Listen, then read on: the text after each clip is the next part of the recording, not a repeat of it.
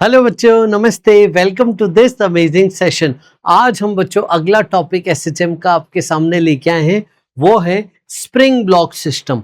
Spring block system के जितने cases हैं वो सब आज आपको करा देंगे। आप हो जाओगे इस टॉपिक में चैंपियन। तो पूरा सेशन देखो, अच्छे से देखिएगा। एक एक सवाल आपको नई लर्निंग दे रहा होगा। बहुत सारे प्रॉब्लम सॉल्विंग के थ्रू प्रीवियस ईयर क्वेश्चंस में जो बहुत कंसेप्ट रिपीट हुए हैं वो हम देखेंगे और आपको अच्छे से एक एक डिटेल इसकी बताएंगे।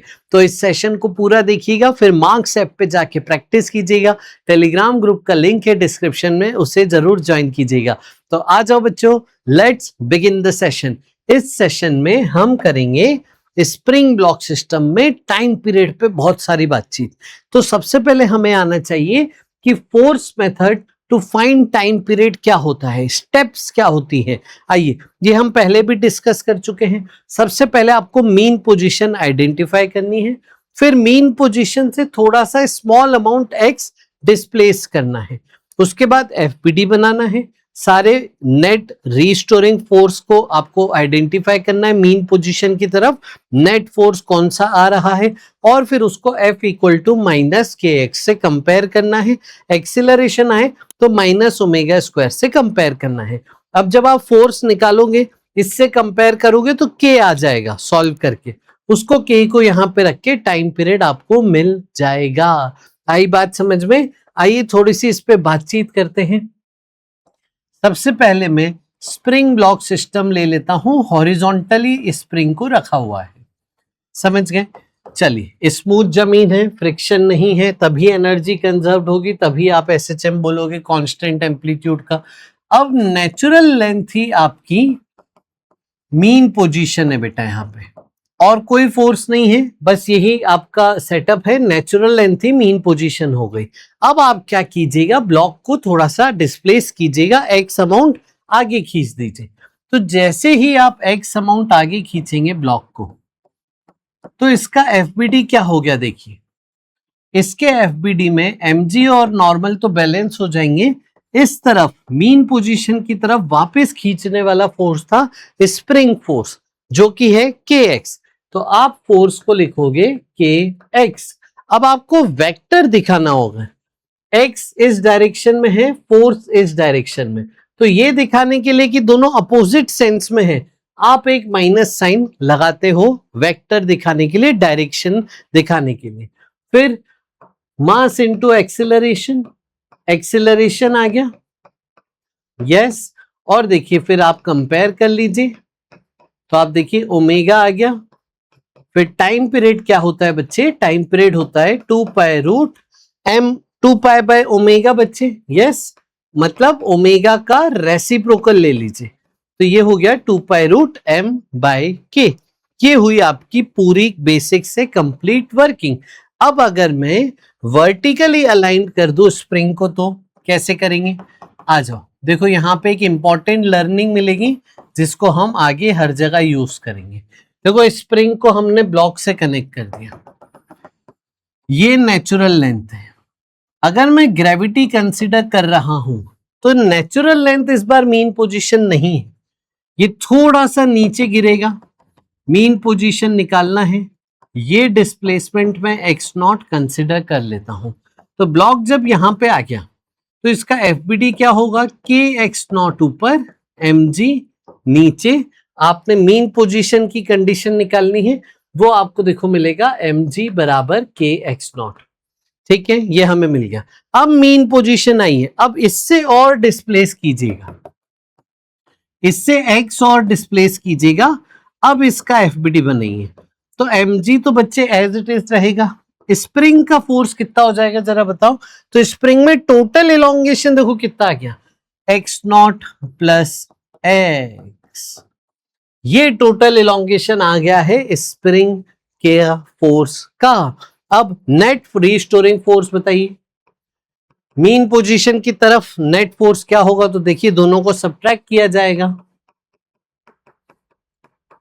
ये रहा, ये आपके पास नेट रीस्टोरिंग फोर्स आ गया मीन पोजीशन की तरफ। अब क्योंकि डिस्प्लेसमेंट और नेट फोर्स अपोजिट है, उसको दिखाने के लिए एक माइनस साइन हम खुद से लगा सकते हैं। अब इसे आपको सॉल्व करना है। अगर आप ध्यान से देखें तो हमें मीन पोजीशन की कंडीशन से क्या पता पड़ रहा है कि mg और kx नॉट सेम हो गए, तो नेट फोर्स क्या बचा देखो, सिर्फ माइनस kx, आपका टाइम पीरियड आ गया सेम 2π√m/k। इसका मतलब mg का टाइम पीरियड पे कोई असर नहीं रहा। जो mg नहीं था वो ही टाइम पीरियड mg लगने के बाद भी था, बस मीन पोजीशन इस बार नेचुरल लेंथ नहीं है, मीन पोजीशन नेचुरल से थोड़ा सा आगे इलोंगेट होके मिली। इससे हमें रिजल्ट क्या मिल रहा है, ध्यान रखना है। कांस्टेंट फोर्स अगर मैं लगाता हूं, constant force does not effect time period of spring block system. ये बेटा आपको ध्यान रखना है। अगर आप एक कांस्टेंट फोर्स लगाओगे ना तो आपका टाइम पीरियड सेम ही रहेगा जो उस फोर्स के बिना था। यानी अगर मैं इसी सवाल को सॉल्व करूं टाइम पीरियड निकालने के लिए तो मैं ग्रेविटी फ्री मान सकता था। अगर मैं इसको ग्रेविटी फ्री मान लेता हूं तो मेरी स्टेप थोड़ी सी कम हो जाएगी, नेचुरल लेंथ ही मीन पोजीशन हो जाएगी, इससे थोड़ा सा x डिस्प्लेस करोगे, इसका FBD में एक ही फोर्स आएगा kx, तो फोर्स हो जाएगा माइनस kx, टाइम पीरियड आ गया 2π√m/k। एम आई राइट बच्चों? हमारी जो इनिशियल स्टेप थी ना ये बच गई अगर मैंने ग्रेविटी फ्री स्पेस मान लिया तो। इसलिए स्प्रिंग ब्लॉक सिस्टम में हमेशा ग्रेविटी फ्री मान के टाइम पीरियड निकाल लो, वही टाइम पीरियड ग्रेविटी के प्रेजेंस में भी रहेगा। बस क्या चेंज हो जाता है, time period does not affect, only mean position changes, mean position change हो जाती है, मीन पोजीशन चेंजेस। ठीक है, और भी देखिए सिर्फ ग्रेविटी की बात नहीं है, और कोई दूसरा फोर्स भी लगा दिया जाए, सपोज मैं इसको मास m को चार्ज दे देता हूं और इलेक्ट्रिक फील्ड लगा देता हूं, इलेक्ट्रिक फील्ड कांस्टेंट है, तो कांस्टेंट फील्ड है तो इस चार्ज पे एक कांस्टेंट फोर्स लगाएगी इस तरफ, है ना। अब आपने कौन सा फोर्स लगाया, कांस्टेंट फोर्स लगाया, तो कांस्टेंट फोर्स के कारण टाइम पीरियड पे कोई असर नहीं आएगा, टाइम पीरियड सेम रहेगा, ब्लॉक की मीन पोजीशन थोड़ी सी आगे खिसक जाएगी। ये इसका इफेक्ट है जो आपको ध्यान रखना है। समझ गए बच्चे? पक्का? चलूं अब मैं आगे आ जाऊं। अब हम इसमें वेरिएशंस करते हैं। सबसे पहले हम इक्विवेलेंट स्प्रिंग की बात करते हैं। आ जाइए, सबसे पहले इसमें पैरेलल कनेक्शन के बारे में बता देता हूं। पैरेलल कनेक्शन में इक्विवेलेंट स्प्रिंग का फॉर्मूला है सिंपल एडिशन का, ठीक है, सिग्मा के। और पैरेलल में आपके पास ये ध्यान रखना है आपको कि स्प्रिंग्स का कनेक्शन इस तरीके से है। मान लीजिए ब्लॉक नीचे x गया तो तीनों स्प्रिंग में इलोंगेशन सेम है, इलोंगेशन या फिर कंप्रेशन सेम होता है सारी स्प्रिंग्स में। इन तीनों स्प्रिंग को हटा के एक सिंगल स्प्रिंग से रिप्लेस कर देते हैं हम, और उसका जो इक्विवेलेंट के है वो हम इस फॉर्मूला से निकालते हैं। समझ गए? पक्का? अब आते हैं सीरीज पे। सीरीज कनेक्शन में समझिएगा आप, मैं एक के बाद एक स्प्रिंग्स को कनेक्ट कर देता हूं। इस सेटअप में क्या होता है, इलोंगेशन तीनों स्प्रिंग में अलग अलग हो सकता है। जो स्प्रिंग बहुत, जिसकी स्ट्रेंथ ज्यादा है, जिसका के ज्यादा है, उसमें इलोंगेशन कम होगा, जिसका के कम है, स्ट्रेंथ कम है, उसका इलोंगेशन ज्यादा होगा। इसमें मान लीजिए x1 इलोंगेशन, इसमें बेटा x2 इलोंगेशन, इसमें x3 इलोंगेशन। अब बताओ, हर एक में इलोंगेशन आपको दे दिया तो ब्लॉक टोटल में कितना नीचे गया जरा बताओ। तो नेट डिस्प्लेसमेंट ब्लॉक का हो गया x1 plus x2 plus x3, ये ब्लॉक का नेट डिस्प्लेसमेंट हो गया। अब देखिए, हम अगर आइडियल कंडीशन लेते हैं, आइडियल स्प्रिंग है, मासलेस स्प्रिंग है, तो पूरी इस कनेक्शन में टेंशन सेम होगा, इसलिए हर जगह टेंशन सेम, मतलब हर स्प्रिंग का फोर्स सेम। तो सीरीज कनेक्शन में आइडियल स्प्रिंग्स के केस में फोर्सेस सेम होते हैं।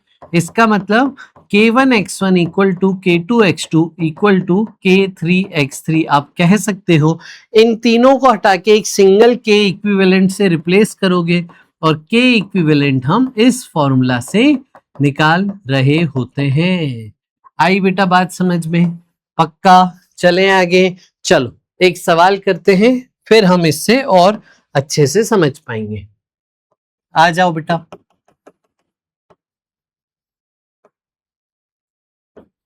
ये देखिए K 2K 3K, 3 स्प्रिंग के साथ एक ब्लॉक कनेक्ट कर दिया। टाइम पीरियड बताइए। Next setup 3K 2K K, 3 spring के साथ ब्लॉक कनेक्ट कर दिया। टाइम पीरियड बताइए इक्विवेलेंट सिस्टम का। तो टाइम पीरियड बेसिकली क्या हो गया, 2π√m/k था। k की जगह आप लिखोगे k इक्विवेलेंट, सिंगल स्प्रिंग से रिप्लेस कर दीजिए। यहां पे देखिए पैरेलल है, सिंपली आप इन तीनों को जोड़ दीजिए तो ये आ गया बेटा 6K। तो इफेक्टिवली आप एक ही स्प्रिंग से कनेक्ट किए हैं 6K की स्प्रिंग से, तो टाइम पीरियड आ गया 2π√m/6K। आई बेटा बात समझ में? Very good. यहां पे आ जाते हैं, तीनों यहां पे क्या है, सीरीज। अच्छा इस सीरीज में गलती क्या करते हैं बच्चे बताओ तो जरा, लास्ट में रेसिप्रोकल लेना भूल जाते हैं। ये देखिए 1/k इक्विवेलेंट यहां से आता है, रेसिप्रोकल लेना ना भूलिएगा, 10th से गलती करते आ रहे हैं। 1/k equivalent equal to 1/k plus 1/2k plus 1/k। LCM देखिए ले लेते हैं, 6K एलसीएम ले लेते हैं, 6 3 9 2 11। रेसिप्रोकल लीजिए तो K इक्विवेलेंट देखो बन गया 6K/11। इसको रिप्लेस करेंगे तो एक सिंगल स्प्रिंग बनेगी, बस K इक्विवेलेंट आ गया, टाइम पीरियड आ गया 2π√m/k इक्विवेलेंट 6K/11, 11 ऊपर आ गया। समझ में आया बेटा? पक्का? चलें आगे। यस चलो शाबाश, ये आंसर आपको मिल गया। अब देखिए थोड़े से और सवाल करते हैं। आओ ये सवाल है, इनफाइनाइट स्प्रिंग सीरीज में कनेक्टेड है और स्प्रिंग कांस्टेंट आपको दिया है, देखिए K 2K 4K 8K। Calculate effective force constant, कैसे निकालेंगे? सीरीज कनेक्शन है तो ये आपका सेटअप हो गया, ऐसे चलता जाएगा। 1/k कॉमन ले लेते हैं और ये आपके पास सेटअप बन गया। जरा बताओगे ये क्या है, इंफिनिटी तक जा रहा है, ये इनफाइनाइट जीपी का सम है। यस, और इनफाइनाइट जीपी का सम होता है A/1 - R। ए क्या है सर, फर्स्ट टर्म, आर क्या है, कॉमन रेशियो, मल्टीपल जिससे हो रहा है, मल्टीप्लाई जिससे हो रहा है। तो आप देखिए ए फर्स्ट टर्म, आर क्या है, किससे मल्टीप्लाई हो रहा है, हाफ से। ये आ गया 1/k इक्विवेलेंट। बताइए जरा क्या बना, ये हो जाएगा 1/2, इसका मतलब 2/k। लास्ट में रेसिप्रोकल लेना ना भूले तो आपका k इक्विवेलेंट आ जाएगा K/2। आए समझ में? पक्का? चले आगे। अब ये देखिए सवाल, ये सीरीज और पैरेलल के कॉम्बिनेशन में आते हैं ऐसे सवाल। ये देखिए आप देखो इसमें क्या करोगे, ये तीनों पैरेलल तो इनको हटा के एक सिंगल लगा दिया 3K, ये दोनों पैरेलल इसको हटा के एक सिंगल लगा दिया 2K, ये K, और आपके पास ये तीनों अब क्या बने, सीरीज में। तो अब सीरीज में कैसे निकालिएगा, देखो यही डेटा का सवाल अभी हमने किया था, उसका आंसर आया था 6K/11। टाइम पीरियड में K की जगह 6K/11 डाल दीजिए तो ये देखिए आंसर आपका B आपको मिल जाएगा। समझ गए बच्चे? टाइम पीरियड आ जाएगा 2π√m/k इक्विवेलेंट। समझ गए? अब ऐसा ही एक और सवाल कर लेते हैं, आ जाओ। आपको हम इस बार दे देते हैं 2 स्प्रिंग सीरीज में, है ना, सिर्फ प्रैक्टिस के लिए, और उसके साथ एक पैरेलल में कनेक्शन करती है। ये K 2k 3k। ठीक है, अब कैसे करोगे बताओ? तो पहले आप k 2k का सीरीज कनेक्शन निकालिए। 1/k equivalent equal to 1/k plus 1/2k। तो ये बन गया आपके पास 3/2k। रेसिप्रोकल लीजिएगा तो ये बन गया 2k/3। मतलब इसको आप सेटअप को कैसे दिखाएंगे? आप इधर लगा दीजिए 2k/3 और इधर लगा दीजिए 3k। समझ गए? अब आप इन दोनों का पैरेलल कीजिए तो फाइनल के क्या मिलेगा आपके पास? 3k plus 2k/3। समझ गए बेटा? तो अब देखिए 3 3 जा 9, 9 2 11, ये आपके पास k फाइनल आ गया। और टाइम पीरियड आप निकाल लेंगे 2π√m/k equivalent. This is the time period. आया समझ में? शाबाश। आगे चलते हैं, अगला कंसेप्ट है आपका cutting of the spring. Cutting of the spring, spring की लेंथ छोटी कर रहे हैं। इसका लॉजिक है जो k है आपका स्प्रिंग कांस्टेंट, वो नेचुरल लेंथ से इनवर्सली प्रोपोर्शनल होता है, या फिर k और लेंथ का जो प्रोडक्ट है वो कांस्टेंट होता है। ये आता है हुक्स लॉ से, रिजल्ट आता है ये हुक्स लॉ से। ठीक है, इलास्टिसिटी में हम पढ़ेंगे डिटेल में हुक्स लॉ, अभी हमें रिजल्ट याद रखना है। अगर लेंथ हाफ कर दी जाए तो k डबल हो जाएगा। लेंथ का कोफिशिएंट और k का कोफिशिएंट इनवर्स होंगे एक दूसरे के। सपोज आपके पास एक स्प्रिंग थी, इसकी लेंथ l थी और इसका k था k। इसको बीच से तोड़ दिया आपने, दो हिस्से बन गए इस तरीके से। अब बताइए लेंथ आधी हो गई, अच्छा लेंथ हाफ हो गई तो k डबल हो जाएगा। आए समझ में? पक्का। अगला सवाल देखिए, अब मैं आपको कनेक्शन तोड़ता हूं लेकिन अलग अलग लेंथ का। ऊपर लेंथ l/3, नीचे लेंथ 2l/3। अब बताओ चलो, अब अलग अलग लेंथ का बताइए k क्या बनेगा, बताइए। तो यहां पे 1/3 कोफिशिएंट है तो k में रेसिप्रोकल 3 कोफिशिएंट आ जाए। यहाँ 2/3 कोफिशिएंट है, k में रेसिप्रोकल 3/2k आपका आ जाएगा। आई बेटा बात समझ में? इस तरीके से भी कर सकते थे। ये वाला लॉजिक से बताओ सर, इससे कैसे करेंगे? आओ इससे भी बता देते हैं, आ जाओ। ठीक है, देखिए कैसे करेंगे। मान लेते हैं इसको k डैश, इसको k डबल डैश। ये k इंटू एल, उधर k डैश l/3, उधर k डबल डैश 2l/3। ये जो k इंटू एल का प्रोडक्ट है ये हर एक हिस्से का सेम रहेगा। अब इन दोनों को इक्वेट कर दो।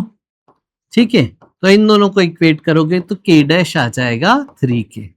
इन दोनों को इक्वेट कर दो तो k डबल डैश आ जाएगा 3k/2। इस तरीके से भी ये सेटअप किया जा सकता था। चलिए एक सवाल फटाफट से करिए। आपको बोला है एक स्प्रिंग को 10 इक्वल पार्ट्स में कट किया, कट इन 10 इक्वल पार्ट्स। इन सारे पार्ट्स को फिर पैरेलल में कनेक्ट कर दिया। All are connected in parallel, connected in parallel with mass m। ठीक है, ब्लॉक के साथ कनेक्ट कर दिया। नया टाइम पीरियड बताइए। इनिशियल तो 2π√m/k टाइम पीरियड था, इस सेटअप के बाद नया टाइम पीरियड बताइए। तो देखिए अगर आप सोचोगे तो लेंथ कितनी हो जाएगी जरा बताओ, लेंथ कितनी हो जाएगी जरा बताओ फटाफट से।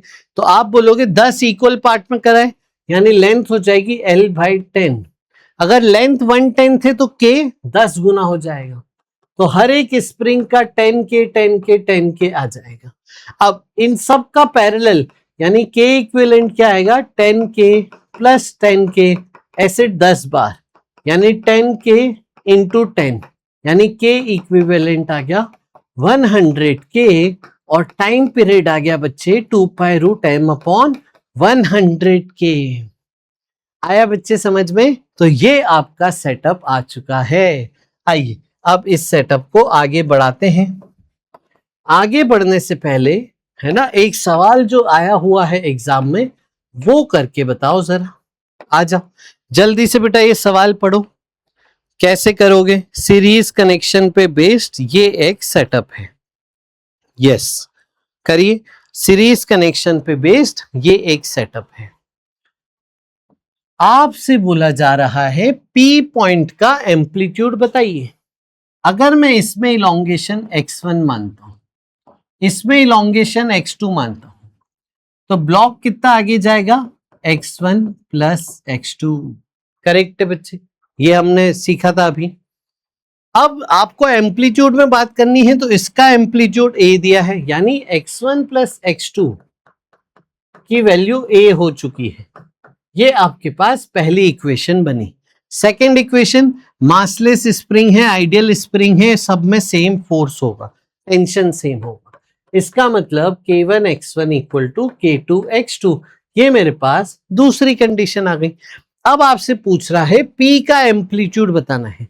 तो देखो, आपने यहाँ पे फिक्स्ड एंड से कनेक्शन देखो, P का रेफरेंस हमेशा फिक्स्ड एंड से देखना चाहिए। ये है, तो स्प्रिंग में जितना इलोंगेशन है उतना ही P पॉइंट चलेगा। तो P पॉइंट बेसिकली x1 चल रहा है। अगर मैं एम्पलीट्यूड मान लूं कि P का एम्पलीट्यूड x1, इस स्प्रिंग का एम्पलीट्यूड x2, इसका एम्पलीट्यूड x1 प्लस x2, तो हमें बेसिकली x1 निकालना है। इस सवाल में x2 की वैल्यू ले लेते हैं। x2 की वैल्यू ले लो यहां से, बस हो गया, आंसर आ गया। एलसीएम ले लो, एलसीएम लेके ये आपका x1 बनेगा और यही P का एम्पलीट्यूड है, जो कि आ गया ऑप्शन डी में। आया बेटा समझ में? यस। चलो आगे चलते हैं और अलग अलग टाइप देखते हैं। देखिए डिफरेंट टाइप्स ही आने चाहिए आपको, है ना। चलिए अगला सवाल, इंक्लाइन प्लेन पे रख दूं सर तो बताओ टाइम पीरियड क्या होगा? एक ब्लॉक है इंक्लाइन प्लेन पे रखा हुआ है, टाइम पीरियड बताइए। तो देखिए एक कांस्टेंट फोर्स आ गया ना, mg sin थीटा, उससे टाइम पीरियड तो बदलेगा नहीं, टाइम पीरियड सेम ही रहेगा, 2 pi root m by k। समझ गए? इस तरफ कांस्टेंट फोर्स आएगा, उससे टाइम पीरियड पे कोई असर नहीं है, तो इंक्लाइन पे भी टाइम पीरियड वही रहेगा। अब देखिए यहाँ पे एम्पलीट्यूड छोटा बड़ा हो चलेगा, टाइम पीरियड सेम रहेगा। एक ऑसिलेशन में आपका ले लेता हूं जिसमें एम्पलीट्यूड मान लो 1 सेंटीमीटर है, ठीक है, तो ये ऐसे ऐसे ऑसिलेट कर रहा है, इसका भी टाइम पीरियड सेम ही रहेगा। अगला आप मान लीजिए केस जब एम्पलीट्यूड 2 सेंटीमीटर है, तो ऑसिलेशन की लेंथ बड़ी हो गई बेटा, है ना, लेकिन टाइम पीरियड सेम ही रहेगा। अगर डिस्टेंस बढ़ गया तो स्पीड भी बढ़ जाएगी ऑटोमेटिकली, इसका ध्यान रखते हुए कि टाइम सेम है। तो ये ध्यान रखिएगा, टाइम पीरियड सेम है, एम्पलीट्यूड कम ज्यादा हो जाए तो भी। अब अगर मैं आपको ये वाला डायग्राम देता हूं, दो स्प्रिंग के साथ कनेक्टेड, अब बताइए टाइम पीरियड ऑफ ऑसिलेशन क्या होगा? कई बार ऐसा सेटअप आता है जब हम सीरीज पैरेलल आइडेंटिफाई नहीं कर पाते हैं। काफी बच्चे यहाँ पे आइडेंटिफाई नहीं कर पाते हैं, कोई बात नहीं, आप स्टेप फॉलो कीजिए, मीन पोजीशन निकालिए, डिस्प्लेस कीजिए, नेट फोर्स निकालिए, अपने आप रास्ता बनेगा। देखिए यही मीन पोजीशन है, इसको डिस्प्लेस कर दिया x, तो यहाँ पे जब ब्लॉक आप बनाओगे तो दोनों स्प्रिंग का फोर्स देखो, स्प्रिंग K1 स्प्रिंग खिंच गई, इलोंगेट हो गई, तो वो वापस मीन पोजीशन की तरफ फोर्स लगाएगी K1x। K2 स्प्रिंग जो है कंप्रेस हो चुकी है, तो वो दूर की तरफ धक्का मारेगी आपको, है ना, K2x दूर धक्का मारेगी, कंप्रेस करोगे दूर मारेगी धक्का, वापस मीन पोजीशन की तरफ लेके आएगी, तो K2x का FBD ये बनेगा। अब अगर आप नेट फोर्स देखो तो क्या बन रहा है, ये रहा, है ना, उल्टा दिखाने के लिए माइनस साइन लगा देंगे। अब आप देखो K की जगह क्या आ गया, ये K1 प्लस K2, यही आपका K इक्विवेलेंट कहलाएगा। टाइम पीरियड आ जाएगा 2 pi root m upon K1 plus K2। आया बेटा समझ में? तो इस तरीके से ये सेटअप चलेगा। यस, कोई दिक्कत परेशानी? बताओ जल्दी से। परफेक्ट। चलिए अब हम आगे चलते हैं। अगर आपको कुछ रेयर केस में ऐसा दिया जाए कि स्प्रिंग का मास भी दिया है, मास ऑफ स्प्रिंग भी दिया जाए अगर, ठीक है, उसको मैं ms मान लेता हूं, तो इस सिस्टम का टाइम पीरियड आता है m plus m s by 3 whole by k. ठीक है, अगर स्प्रिंग का भी मास दिया होता है बेटा, तो आप ध्यान रखना यहां पे स्प्रिंग के मास का डिवाइडेड बाय 3 फैक्टर एक ऐड हो जाता है। अच्छा, ऐसा होता क्यों है सर, आओ बताओ, है ना, थॉट प्रोसेस दे रहा हूं, डेरिवेशन इसका है लंबा, आओ बताता हूं। तो m मास, इसे एनर्जी मेथड से हम कर सकते थे। एनर्जी मेथड देखिए आपने एनर्जी वाले लेक्चर में पढ़ा होगा। अगर मैं इनकी स्पीड v मानता हूं ब्लॉक की, तो इस एंड की स्पीड v होगी, इस एंड की स्पीड लेकिन 0 होगी। समझ गए? तो स्पीड देखो हर पॉइंट की अलग अलग है, तो स्पीड वेरिएबल हो चुकी है। वेरिएबल स्पीड है तो मैं काइनेटिक एनर्जी कैसे लिखूं?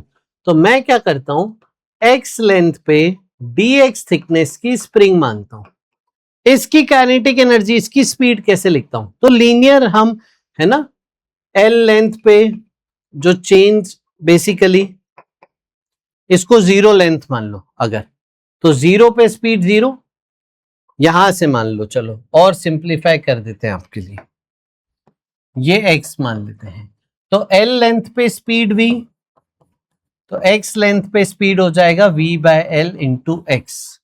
तो ये जो dm मास है स्प्रिंग का, तो एनर्जी होगी half dm v by l x square, ये काइनेटिक एनर्जी ऑफ स्प्रिंग आएगी इस तरीके से।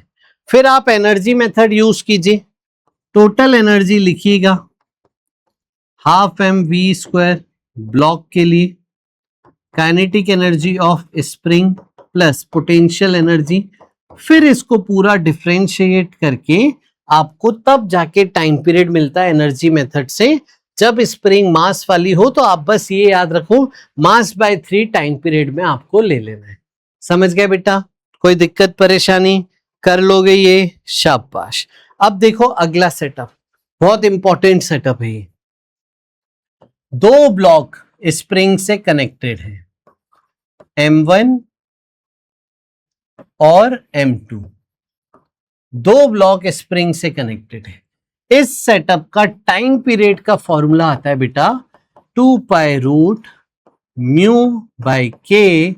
म्यू यहां पे है रिड्यूस्ड मास, म्यू क्या है यहां पे बेटा, रिड्यूस्ड मास, जिसकी वैल्यू क्या है m1 m2 upon m1 plus m2, ये आपका रिड्यूस्ड मास है। ठीक है, m1 m2 upon m1 plus m2, ये आपका रिड्यूस्ड मास है। ठीक है, आओ इसका मतलब समझते हैं, पूरी कहानी समझते हैं। पहले फॉर्मूला में वैल्यू डाल के एक दो केस बताता हूं, फिर मैं आपको इसका डेरिवेशन पे बात करूंगा। आ जाओ। तो यहां पे सपोज दो मास है, सेम मास ले लेता हूं, रिड्यूस्ड मास क्या होगा, m1 m2 upon m1 plus m2, m square by 2m, यानी m बाई 2। तो टाइम पीरियड क्या हो जाएगा, 2 पाई रूट मास की जगह m by 2 divide by k।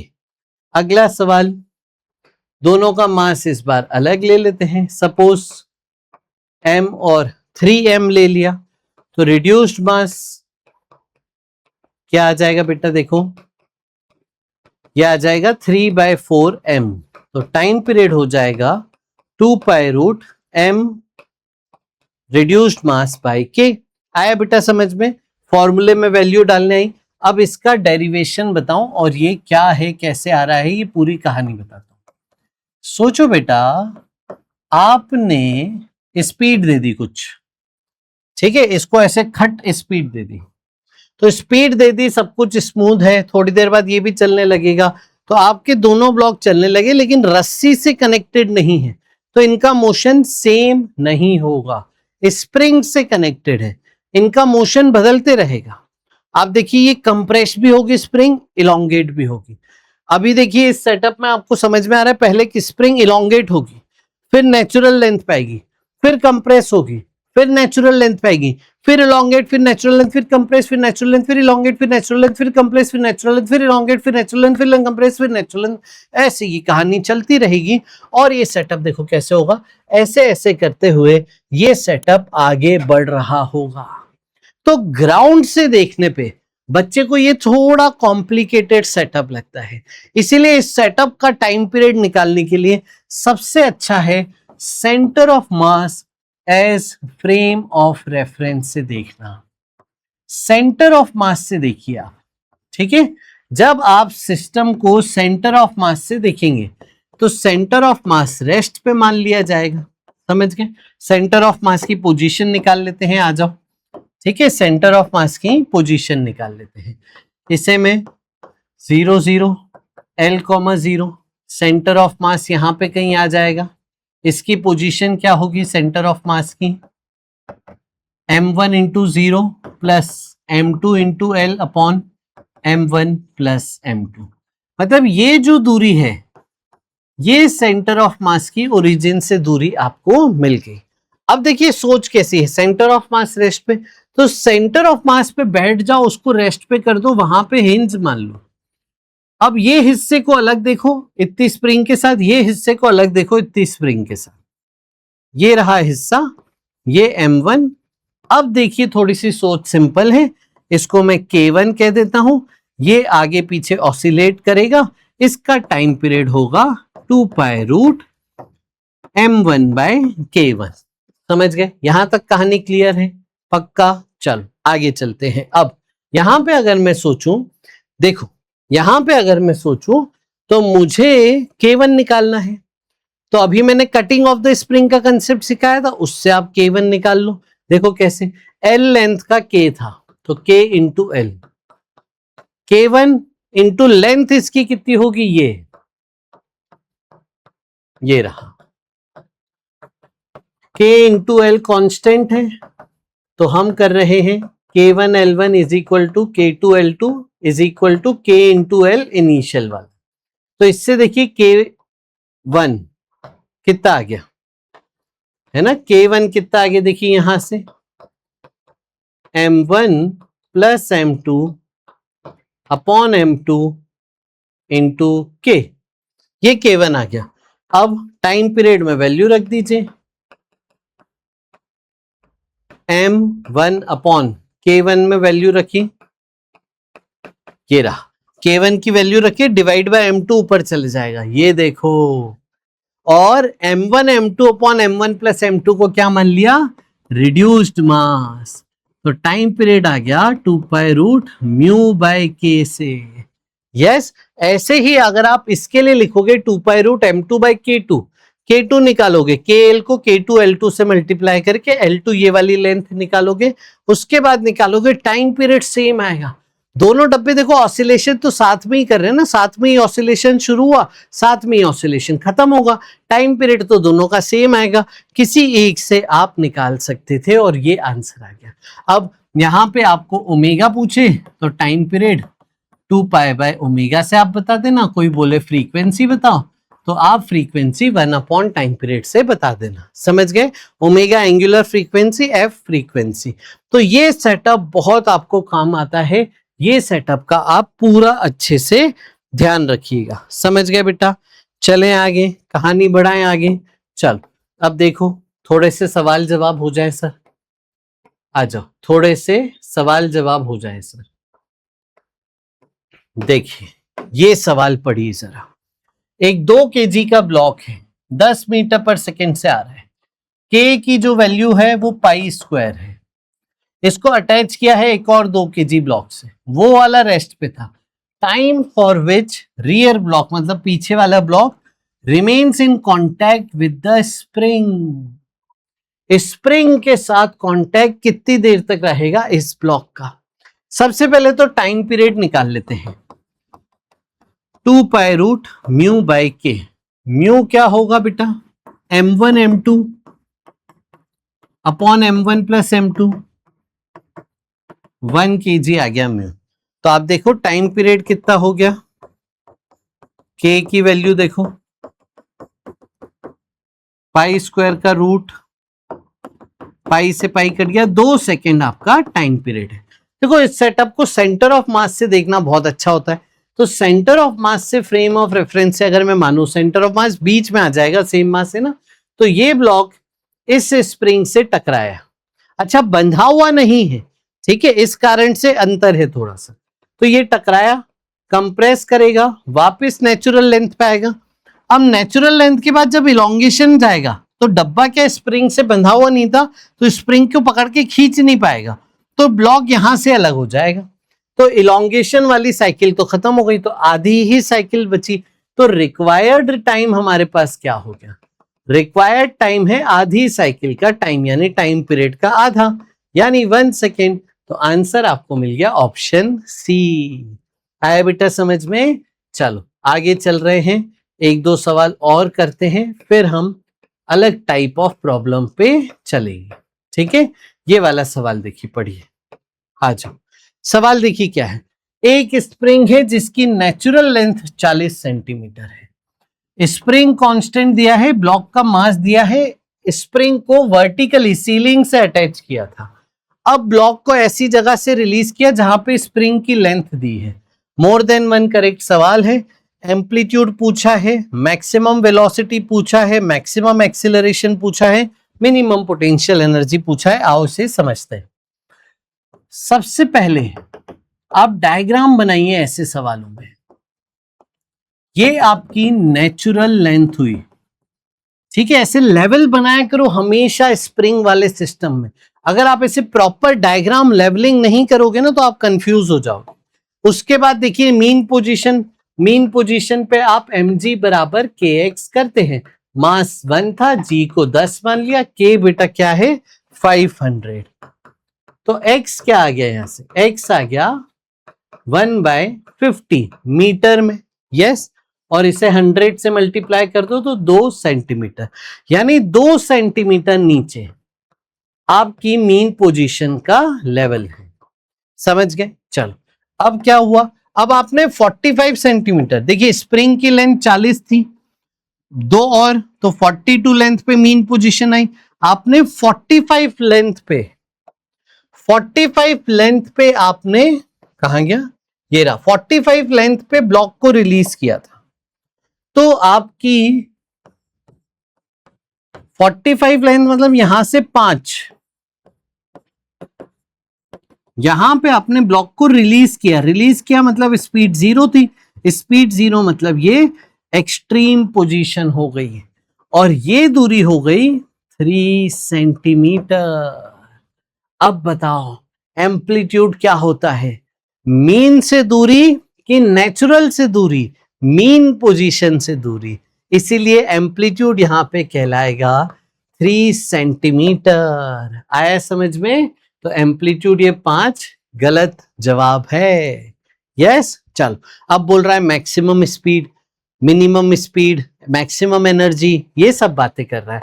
तो इसका हमें एसएचएम का जो हमने इक्वेशंस वाला लेक्चर देखा था, वो एसएचएम की सारी बातें वैलिड है। मैक्सिमम स्पीड ए ओमेगा है, मैक्सिमम एक्सेलरेशन ए ओमेगा स्क्वायर है, omega root k bye M है, ये सब चीजें अभी भी वैलिड है, एसएचएम है ना, ये सब चीजें तो जनरल थी। तो के आपको दिया है 500, मास आपको दिया है 1, तो ओमेगा कितना आ जाएगा, रूट के बाय एम, यानी 10√5। समझ गए? ये ओमेगा आ गया। तो मैक्सिमम स्पीड क्या हो जाएगी, ए ओमेगा, ए कितना है बेटा 3 सेंटीमीटर, यानी सेंटीमीटर में आंसर आएगा, 3 इंटू ये 30√5 मैक्सिमम स्पीड, सही है। तो बी ऑप्शन सही आ गया। मैक्सिमम एक्सीलरेशन भी निकालना है, ठीक है, तो acceleration maximum a omega square, तो ये हो गया 1500 सेंटीमीटर पर सेकेंड स्क्वायर। इसको आप मीटर में करोगे तो ये आ जाएगा। देखिए आंसर बिल्कुल सही बात है। अब बात है potential energy of spring minimum कब होगी। सबसे पहले मेरे को बताओ एक्सट्रीम दूसरी पोजीशन कहां होगी। तो देखिए मीन से 3 नीचे पे एक्सट्रीम आ रहा है, तो मीन से 3 ऊपर पे एक्सट्रीम आएगा, तो एक्सट्रीम पोजीशन यहां पे आ रही होगी। ये आपकी दूसरी एक्सट्रीम पोजीशन हो गई यहां से 1 सेंटीमीटर पे। तो एसएचएम होगा इधर से इधर तक, समझ गए? ये एसएचएम का सेटअप है, मीन एक एक्सट्रीम दूसरी एक्सट्रीम, समझ गए? मीन से एक्सट्रीम आपकी दूरी कहलाती है एम्पलीट्यूड, जो कि है 3 सेंटीमीटर। नेचुरल लेंथ से नहीं देख रहे, नेचुरल लेंथ से सिमेट्री नहीं होती, नेचुरल से 1 ऊपर है और यहाँ पे 5 नीचे, नेचुरल से नहीं देखते बेटा, मीन से देखते। मीन के अबाउट सिमेट्री होती है। तो अब देखिए क्या ये नेचुरल पे पहुंचेगा? हाँ नेचुरल पे पहुंचेगा, इसका मतलब नेचुरल पे इसकी पोटेंशियल एनर्जी मिनिमम होगी स्प्रिंग की, जो कि होती है 0। तो आपसे कहा था minimum potential energy of the spring 0 है, ये बिल्कुल सही जवाब था। चलें बेटा आगे, शाबाश। अब कुछ सवाल ऐसे आते हैं जहां पे मैकेनिक्स इन्वॉल्व कर दिया जाता है, mechanics plus spring block. Mechanics में हमने जो जो चीजें सीखी थी, friction, NLM, conservation of momentum, conservation of energy, ये सब चीजें इस ब्लॉक सिस्टम में डाल के सवाल बनाए जा सकते हैं। कोलिजन वाले केसेस हो गए, ये सब आ सकता है। जैसे एक सिंपल सा मैं आपको सवाल दे देता हूं, आइए। एक ब्लॉक है m मास का, स्प्रिंग के साथ कनेक्टेड था। एक बुलेट है स्मॉल m मास की, v0 स्पीड से आई। बोला बुलेट स्ट्राइक करके एम्बेडेड हो गई, परफेक्टली इनइलास्टिक कोलिजन है। परफेक्टली इनइलास्टिक कोलिजन के बाद ये सिस्टम एसएचएम करने लगेगा। टाइम पीरियड बताइए और एम्पलीट्यूड बताइए एसएचएम का, ये आपसे पूछा है। टाइम पीरियड और एम्पलीट्यूड बताइए। आओ इसे सॉल्व करें। ये सिस्टम बनेगा कैसे after collision? m plus m, इसकी कॉमन स्पीड आ जाएगी, v फाइनल स्पीड लिख देता हूं, ये आपका सिस्टम। तो टाइम पीरियड तो बड़ा आसानी से आ गया, 2 pi root total mass upon k, ये m प्लस m का ब्लॉक हो गया ना अब एक प्रकार से। तो टाइम पीरियड आप डायरेक्टली बोल सकते थे, फ्रीक्वेंसी पूछे तो रेसिप्रोकल करके बता सकते थे डायरेक्ट। अब बची बात एम्पलीट्यूड की, तो एम्पलीट्यूड निकालने के 2 तरीके हैं, मीन पोजीशन की स्पीड से निकालो या कंजर्वेशन ऑफ एनर्जी से करो। ये 2 तरीके हैं, दोनों तरीके बताऊंगा। आ जाओ, सबसे पहले क्या करो, conservation of momentum during collision करो, ठीक है? तो m मास v0 स्पीड से जा रहा था इनिशियली, बाद में फाइनल स्पीड क्या हो जाएगी? तो कंजर्वेशन ऑफ मोमेंटम से आपको फाइनल स्पीड इस तरीके से मिल गई, ये रही, ठीक है? अब मैं कंजर्वेशन ऑफ एनर्जी से एम्पलीट्यूड निकलवाता हूं। अब आपके पास सिस्टम क्या है? कंबाइंड मास फाइनल स्पीड से जा रहा है, जब वो रुकेगा तो आपका स्टॉप हो जाएगा, और जो मीन पोजीशन से दूरी है एम्पलीट्यूड, वही कंप्रेशन स्प्रिंग में आ जाएगा और वही एम्पलीट्यूड आपको निकालना है। तो कंजर्वेशन ऑफ एनर्जी यहां से यहां, ठीक है? तो half m plus m v final का स्क्वायर, तो सारी एनर्जी कन्वर्ट हो गई स्प्रिंग एनर्जी में, हाफ के एम्पलीट्यूड का स्क्वायर। हाफ से हाफ कट गया, v फाइनल की वैल्यू रखी,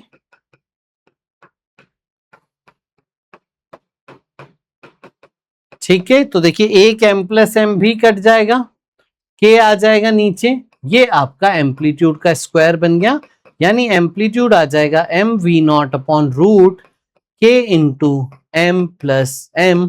ये आपका एम्पलीट्यूड आ गया इस सेटअप का। ये एक तरीका हो गया। दूसरा तरीका देखिए क्या है, दूसरा तरीका ज्यादा अच्छा है। इसकी जो स्पीड थी वो मीन पोजीशन की स्पीड थी ना, बेसिकली स्टार्टिंग पॉइंट की स्पीड थी नेचुरल लेंथ पे, तो वो जो स्पीड है वो a ओमेगा कहलाएगी। ओमेगा क्या होता है? Root k by mass system का m प्लस एम, और v फाइनल स्पीड क्या थी, m v not upon m plus m, जो हमने कंजर्वेशन ऑफ मोमेंटम से निकाली। इसे आप सॉल्व कीजिएगा तो आपको यही सवाल का जवाब मिलेगा सेम, बट इससे थोड़ा जल्दी आंसर आ गया। आया बेटा समझ में? तो ये आपने कोलिजन इन्वॉल्व करके कर दिया सवाल स्प्रिंग ब्लॉक सिस्टम के साथ। अगला सवाल, एक प्लेटफॉर्म है, स्प्रिंग के साथ कनेक्टेड है, एसएचएम हो रहा है, प्लेटफॉर्म पे एक ब्लॉक मास m का रख दिया और ये पूरा एसएचएम चालू कर दिया। ठीक है, चले मैक्सिमम एम्पलीट्यूड बताइए for block to not leave platform. आपसे बोला है ऐसा मैक्सिमम एम्पलीट्यूड बताओ जहां पे ब्लॉक प्लेटफॉर्म को छोड़े नहीं, प्लेटफॉर्म के साथ रहे कांटेक्ट में हमेशा। तो मैं ये सोचता हूं आपसे पहले कि कांटेक्ट कहां लूज होगा, ये बताओ आप। कांटेक्ट लूज कब होगा, जब नॉर्मल रिएक्शन 0 होगा। नॉर्मल रिएक्शन 0, इसका एफबीडी बनाइए, ये रहा। एक्सीलरेशन नीचे मान लीजिए mg minus normal equal to ma। Normal reaction 0 मतलब एक्सीलरेशन जब g हो जाएगा, तो जब एक्सीलरेशन g होगा तब नॉर्मल 0 होगा। आप चाहते हो कांटेक्ट छूटे ना, यानी एक्सीलरेशन कभी g ना हो, मतलब एक्सीलरेशन हमेशा इससे छोटा रहे। देखिए बहुत तेज तेज ऑसिलेट करोगे तो आप समझ ही रहे हो, खटाक मारोगे तो ऊपर ही उठ जाएगा ब्लॉक, है ना। लेकिन आप यहाँ पे धीरे धीरे करो, धीरे धीरे, आराम से आराम से, एक्सीलरेशन इतना भी ना होने दो। तो एक्सीलरेशन आप g से कम रखिए, यस, एक्सीलरेशन g से कम रखेंगे तो कांटेक्ट में रहेगा। अब ये तो एसएचएम है ना बच्चे, तो एसएचएम का मैक्सिमम एक्सीलरेशन आप g से छोटा रखेंगे तो आपका यहाँ पे मामला सेट रहेगा। प्लेटफॉर्म का मास कैपिटल M मान लेते हैं, ओमेगा होता है आपका k by m plus m total mass. तो एम्पलीट्यूड जो है वो इस चीज से छोटा होना चाहिए, समझ गए। इससे अगर छोटा है एम्पलीट्यूड तो ब्लॉक कनेक्टेड रहेगा कांटेक्ट में, रेस्ट पे तो नहीं तो चल रहा है एसएचएम। इससे रखेंगे तो ब्लॉक हमेशा कांटेक्ट में रहेगा। अगला सवाल देखिए, अब हम फ्रिक्शन को जोड़ दे रहे हैं, फ्रिक्शन को जोड़ दे रहे हैं। आओ, in the arrangement shown 2 kg 4 kg ground smooth है, इनके बीच का फ्रिक्शन है म्यू इक्वल टू 0.4। आपसे बोला है सिस्टम एसएचएम कर रहा है, टाइम पीरियड बताइए। तो दोनों ब्लॉक एक साथ कर रहे हैं तो टाइम पीरियड आप डायरेक्ट निकाल सकते हैं, 2 पाई रूट m में दोनों का एडिशन अपॉन k, तो ये हो जाएगा रूट 100 यानी बाहर 10 यानी पाई बाई 5 सेकेंड्स। ये आपका टाइम पीरियड आ गया, दोनों ब्लॉक एक साथ चल रहे हैं। तो अब देखिए बी इंपॉर्टेंट था, what is the maximum amplitude for which sliding between them does not occur. देखिए ऊपर वाले पे कनेक्ट किया है। बच्चों अगर आपको ये नहीं आता है तो आप अभी मेरा मल्टीपल ब्लॉक सिस्टम का लेक्चर जाके देखो, एनएलएम की प्लेलिस्ट में आपको मल्टीपल ब्लॉक सिस्टम के ये केस मिल जाएंगे। वहां पे मैंने आपको बताया हुआ है कि अगर नीचे फोर्स लगा रहे हो तो साथ में चलाने के लिए मैक्सिमम एक्सीलरेशन का फॉर्मूला होता है म्यू जी। अगर आप ऊपर फोर्स लगा रहे हो तो साथ में चलाने के लिए मैक्सिमम एक्सीलरेशन जो चाहिए होता है वो होता है mu m g upon capital m. इससे ज्यादा एक्सीलरेशन किया तो दोनों के बीच में स्लिपिंग स्टार्ट हो जाती है, अलग अलग हो जाते हैं। तो यहां पे देखिए क्या था, टॉप ब्लॉक पे आपने लगाया था फोर्स, तो साथ में रखने के लिए हमारे क्वेश्चन में मैक्सिमम एक्सीलरेशन कितना होना चाहिए, mu small m g by capital m हमारे क्वेश्चन में, तो वो है 0.4 इंटू ऊपर वाले का मास अपॉन नीचे वाले का मास, ये आ गया 2। मैक्सिमम एक्सीलरेशन 2 होना चाहिए अगर आप इस सिस्टम को साथ में चलाना चाहते हैं। तो अगर स्प्रिंग नीचे कनेक्टेड होती तो मैं ये वाला फॉर्मेट यूज करता। तो देखिए ये आपको स्टैंडर्ड रिजल्ट बेटा याद रखने, आप डिराइव भी कर सकते थे, बट ये याद करने से बहुत फायदा आपको मिलेगा, है ना। डिराइव कैसे करेंगे सर? देखो ऊपर वाले ब्लॉक का एफपीटी बनाना अपने आप डिराइव हो जाएगा, और एक्सीलरेशन तो एसएचएम का है भैया, तो एसएचएम का मैक्सिमम एक्सीलरेशन रख दीजिए, दैट्स इट। ओमेगा क्या था? के बाय एम, के क्या है? 600 अपॉन टोटल मास 6, तो एम्पलीट्यूड आ गया 2/100 यानी 2 सेंटीमीटर। ये आपका आंसर हुआ। आया बेटा समझ में? चलो अब अगले टाइप के सवालों पे आपको लेके चलते हैं। अगला सवाल, यहां पे टाइम पीरियड ऑफ एसएचएम बताइए। देखिए एक सिंपल स्प्रिंग है, आइडियल आपका पुली है, आइडियल पुली है, स्मूथ है, कहीं भी कोई फ्रिक्शन नहीं है। तो जितना ब्लॉक नीचे आएगा उतना ही स्प्रिंग में इलोंगेशन होगा। इस तरीके से स्प्रिंग खींचेगी, ब्लॉक ऊपर नीचे करेगा। अब देखो डायरेक्ट कनेक्शन है, तो ऐसे में जो टेंशन होता है रस्सी का वो स्प्रिंग के फोर्स के ही बराबर होता है। देखिए आइडियल सिनारियो में जो रस्सी स्प्रिंग से कनेक्टेड है, स्प्रिंग का फोर्स ही उसी रस्सी का टेंशन हो जाता है। तो ग्रेविटी तो भूल जाइए आप, ग्रेविटी लेने से कॉम्प्लिकेट क्यों करना, टाइम पीरियड पूछा है, ग्रेविटी तब लो जब आपकी पूरी एनालिसिस, जैसे एक सवाल में 45 वाले सवाल में पूछी थी 45 सेंटीमीटर 42 सेंटीमीटर, यहां तो सिर्फ टाइम पीरियड पूछा है, तो ग्रेविटी को हटा सकते हैं हम। तो आपके ब्लॉक पे फोर्स कौन सा लग रहा है? टेंशन, और टेंशन है के एक्स, तो फोर्स माइनस के एक्स हो गया, तो टाइम पीरियड 2π√m/k हो गया। आपको बस ब्लॉक पे नेट फोर्स देखना है। यहां से कहानी इंटरेस्टिंग हो रही है। देखिए यहां से कहानी इंटरेस्टिंग हो रही है। जल्दी से टाइम पीरियड निकालिए इस सिस्टम का, जल्दी से टाइम पीरियड निकालिए इस सिस्टम का। आप बोलोगे सर ये तो मेरे को आता है टी टू टी, यस।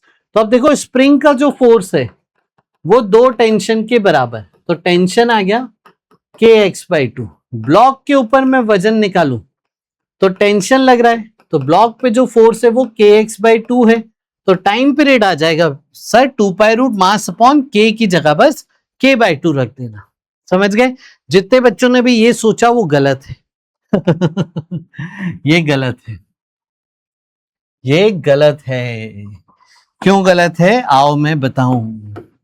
जब मैं एसएचएम की बात करता हूं तो फोर्स इक्वल टू माइनस के एक्स में फोर्स ऑन ब्लॉक है, तो ये डिस्प्लेसमेंट ऑफ ब्लॉक होना चाहिए।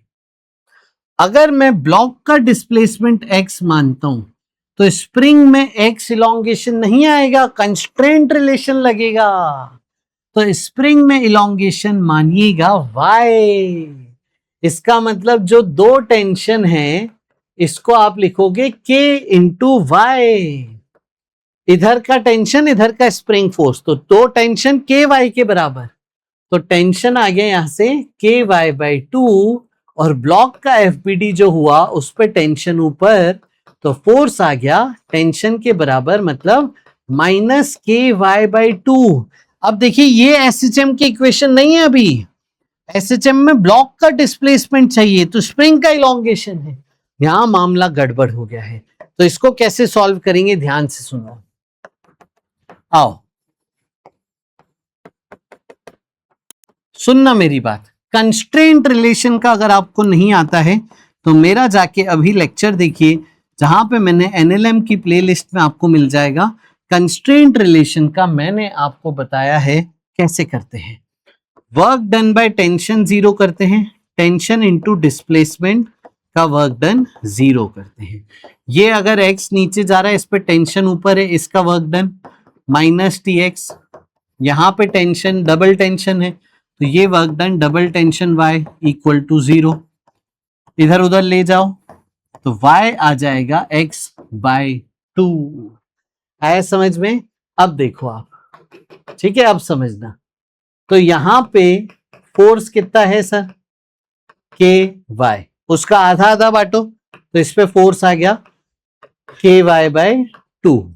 अब y को क्या रखोगे x/2, तो ये हो गया k/2 x/2, तो फोर्स आ गया माइनस k/4x। माइनस साइन खुद से लगा दीजिए अपोजिट साइंस दिखा के। टाइम पीरियड हो गया 2π√m अपॉन ये वाला k/4। ये टाइम पीरियड आ गया इस सेटअप का। अब अगला सेटअप करिए, ये करिए फिर मेरा आंसर चेक कीजिएगा। इस सिस्टम में सेम हम वर्किंग करेंगे, ब्लॉक का डिस्प्लेसमेंट x, स्प्रिंग का y। सबसे पहले हम यहां पे रिलेशन निकालेंगे कंस्ट्रेंट। तो यहां पे -2x इसके साथ -2tx और इसके साथ ty इक्वल टू 0, तो y बराबर आ जाएगा 2x। तो यहां का जो फोर्स है टेंशन, आ जाओ, जो स्प्रिंग का फोर्स है वो T है, T 2T ये आना चाहिए करते हुए, तो ये T क्या हो जाएगा ky के बराबर, और y क्या है 2x। ब्लॉक पे फोर्स क्या है डबल टेंशन, तो फोर्स है डबल टेंशन यानी 4kx, माइनस साइन खुद से लगा देंगे। टाइम पीरियड आ गया 2π√m/k की जगह 4k। आया बेटा समझ में? ये आपका सेटअप का टाइम पीरियड बना। ऐसे मल्टीपल सवाल कर सकते हैं। कंस्ट्रेंट का भी ध्यान रखना है, टी 2t का भी ध्यान रखना है, ब्लॉक का डिस्प्लेसमेंट x लीजिएगा, पुली का स्प्रिंग का y लीजिएगा। समझ गए? एक और सेटअप मैं आपके लिए लेके आया हूं। ये सवाल थोड़ा सा आपको डिस्टर्ब कर सकता है, ठीक है? सवाल देखिए, 3 स्प्रिंग है, एक ऐसी स्प्रिंग, एक ऐसी स्प्रिंग, एक ऐसी स्प्रिंग। समझ गए?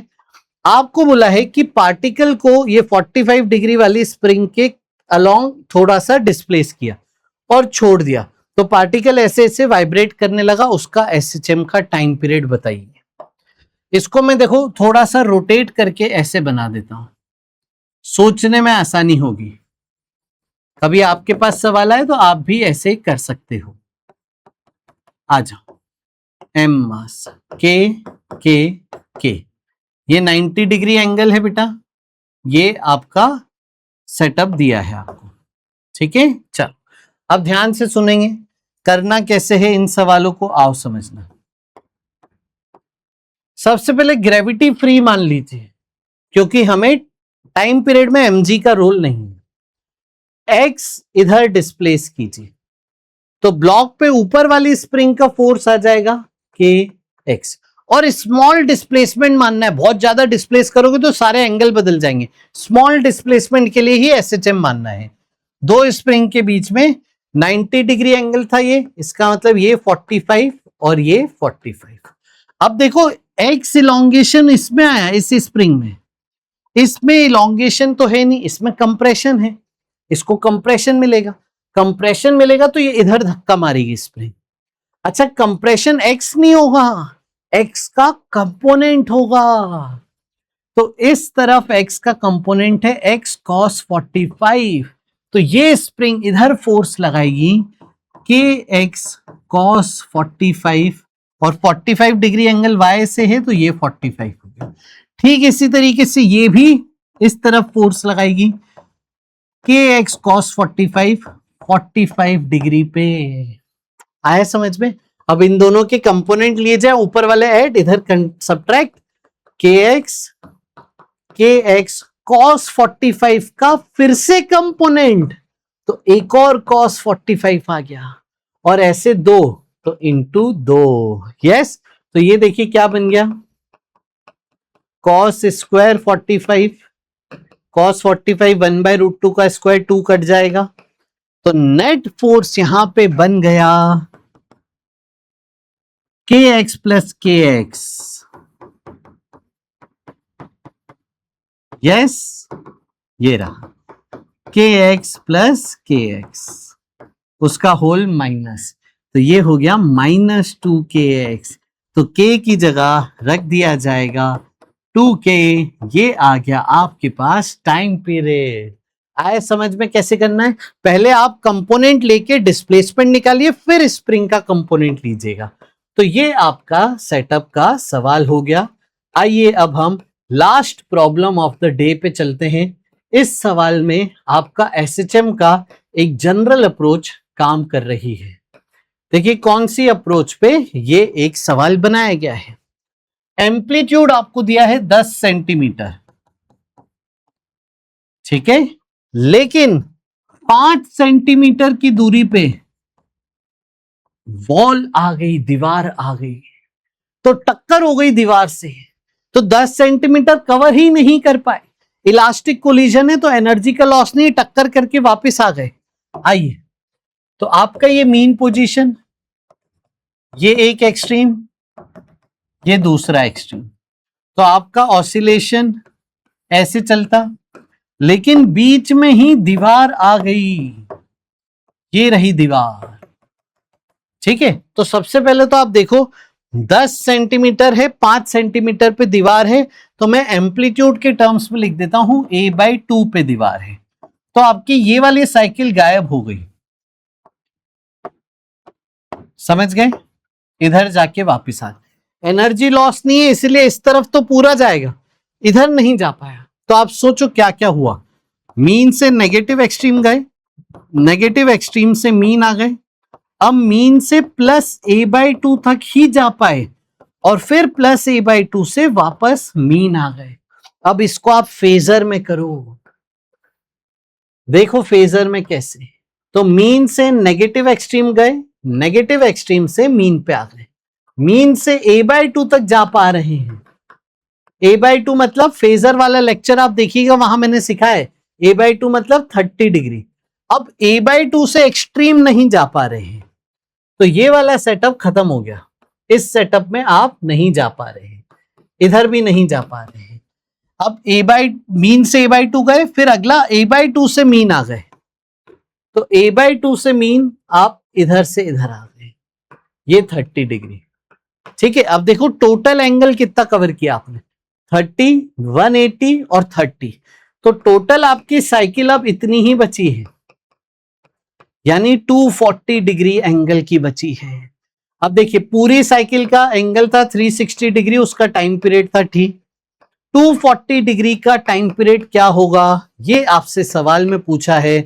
यूनिटरी मेथड लगा दीजिए और आपको आंसर मिलेगा ये 2t/3, यानी इस सवाल का टाइम पीरियड पूछा था, आंसर आपको जो देना था वो 2/3 into time, 2/3 into time period की वैल्यू रख दी जाए। इसमें जब आप वैल्यू रखोगे सारी, देखो दी है 4π/3, मास कितना दिया है 100 ग्राम, तो 1000 से डिवाइड कर दीजिएगा और k दिया है 100, तो ये कट गया, आपको मिलेगा 4π/3, 10√10, पाई को √10 से कट कर दो, 1.33/10, 0.133, ये आपको मिलेगा ऑप्शन डी। आया बेटा समझ में? तो ये था आज का हमारा लेक्चर, स्प्रिंग ब्लॉक सिस्टम के एग्जॉस्टिवली बहुत सारे केसेस हमने किए हैं, ये सारे केसेस आप अच्छे से समझिएगा और फिर प्रैक्टिस कीजिएगा, मार्क्स ऐप पे जाके, क्विजर पे जाके इसका टेस्ट, चैप्टर टेस्ट दीजिए और फिर आप इस चैप्टर का अगला सेशन देखिएगा। आज के लिए इतना ही। मैं हूं Ajit Lulla, BTech from IIT Bombay, आपका फिजिक्स मेंटर। मिलेंगे अगले लेक्चर में। बहुत सारा प्यार, बहुत सारा आशीर्वाद। Bye bye, take care.